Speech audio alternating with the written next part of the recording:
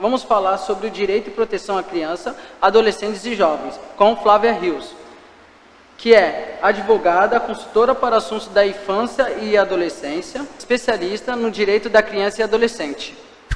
O Estatuto da Criança e do Adolescente e o Estatuto da Juventude, eles são diferentes? Sim, são diferentes. Embora ambos garantam a proteção e a garantia de direitos, o Estatuto da Criança e do Adolescente é uma lei que surgiu em 1990 para a proteção da criança e do adolescente. Já o Estatuto da Juventude, ele orienta o jovem no período de transição entre adolescência e juventude e vida adulta para uma vida com autonomia e emancipação. A emancipação não é aquela emancipação que trata o Código Civil, que antecipa a idade para poder praticar alguns atos da vida civil. É a inserção, essa emancipação diz com a inserção do jovem como sujeito de direitos, na vida política, nos seus espaços de representatividade.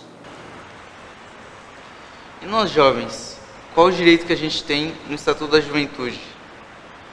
Os direitos dos jovens e os direitos da criança e do adolescente estão consagrados na Carta Maior, que é a Constituição da República. São os direitos fundamentais inerentes a toda pessoa humana.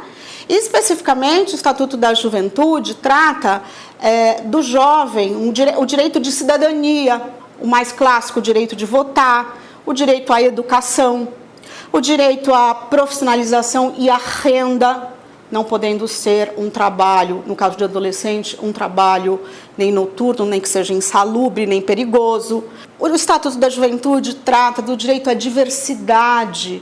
Que diversidade é essa? A diversidade cultural, a diversidade de raça, com respeito, com dignidade. Do meio ambiente sustentável, é um direito da juventude estar dentro de um meio ambiente ecologicamente sustentável. E mais precisamente na época que estamos vivendo, de uma pandemia, o Estatuto da Juventude e o Estatuto da Criança e do Adolescente tratam do direito à saúde, direito fundamental. E um exemplo clássico que eu posso dar aqui para vocês é o direito à vacinação. Então, a vacinação é um direito tanto do jovem, da criança quanto do adolescente, quanto um dever daqueles que são os representantes legais de crianças e adolescentes. Se o Estatuto da Criança e Adolescente diz que os adolescentes são jovens entre a faixa etária de 12 e 18 anos, incompletos, e o Estatuto da Juventude diz que jovens são aqueles entre 15 e 29 anos, qual dos dois estatutos se aplica àquelas pessoas que estão entre a faixa etária de 15 e 18 anos? Então, galera, parece uma confusão, mas não é.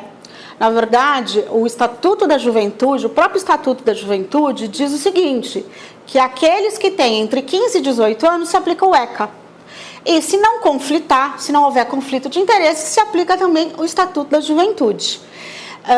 Pode aplicar os dois estatutos? Pode aplicar os dois estatutos, desde que seja para o melhor interesse e garantia de direitos. No caso de maus tratos dentro da família, aplica-se à criança ou adolescente e ao jovem as medidas protetivas previstas na Lei Maria da Penha? E o que é violência doméstica? As medidas de proteção é uma ordem determinada por um juiz, por uma juíza, e elas são normalmente estabelecidas com a distância do agressor, para evitar e coibir essa violência. Então, o que o juiz determina? Que o agressor não se aproxime por 20 metros aonde a pessoa está. Não precisa ser a casa dela, mas pode ser o local de comum frequência. Ele determina, se o agressor tiver porte de arma, que seja cassado o porte de arma. O juiz pode determinar que seja restrita e suspensa as visitas paternas. O juiz obriga, por determinação, o pagamento de uma pensão alimentícia. Essas são as medidas de proteção. Elas estão presentes tanto na lei do Sistema de Garantia de Direitos, quanto na Lei Maria da Penha. Nas hipóteses de violência, quem deve ser comunicado? A criança e o adolescente deve comunicar aquele que ela se sente mais segura a falar. Dentro da escola, o professor, o orientador pedagógico, o responsável pelo pátio, é a comunicação que se dá através da escola. Quem é um outro órgão de proteção importantíssimo para proteger criança e adolescente em situação de violência e que deve ser comunicado? O Conselho Tutelar. O Conselho Tutelar, diferente do Código de Menores, ele é um órgão de proteção e de defesa. Então, a vítima que esteja numa situação de violência, ela procura o Conselho Tutelar mais próximo da sua região. Delegacias, delegacia de polícia militar ou delegacia de polícia civil. No caso, em Santos e região metropolitana, não tem delegacia, infelizmente, não tem delegacia da criança e do adolescente. Então, quem atende é a Delegacia de Defesa da Mulher, que é uma delegacia especializada para atendimentos de mulheres, mas nos casos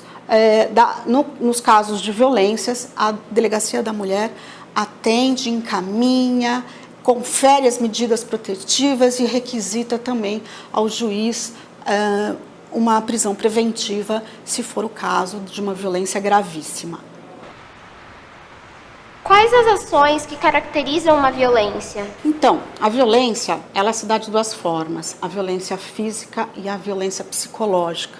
Então, assim, não precisa ter necessariamente uma agressão física, nem precisa necessariamente ter vestígio, marca na violência emocional. Por quê? Porque ela se dá através de xingamento, de humilhações, quando o pai, a mãe ou o responsável legal abusa do seu poder familiar, do seu poder hierárquico e extrapola a educação no que diz respeito à disciplina.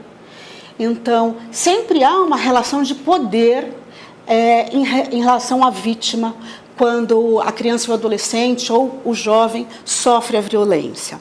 A violência física, ela se dá através de agressões que provoquem hematomas, feridas, lesões corporais e até a morte, como o caso do menino Bernardo, que adveio a lei Menino Bernardo, primeiro antecedeu a lei da palmada e depois a lei Menino Bernardo, porque os pais ali considerando, no caso o pai e a madrasta, né, considerando no exercício do poder familiar, eles o extrapolaram e levaram essa criança à morte.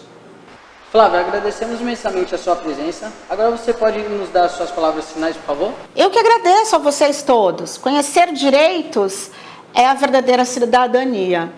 Então, muito obrigada à Estação da Cidadania, muito obrigada a vocês que estão aí. Conheçam seus direitos, quem protege resiste.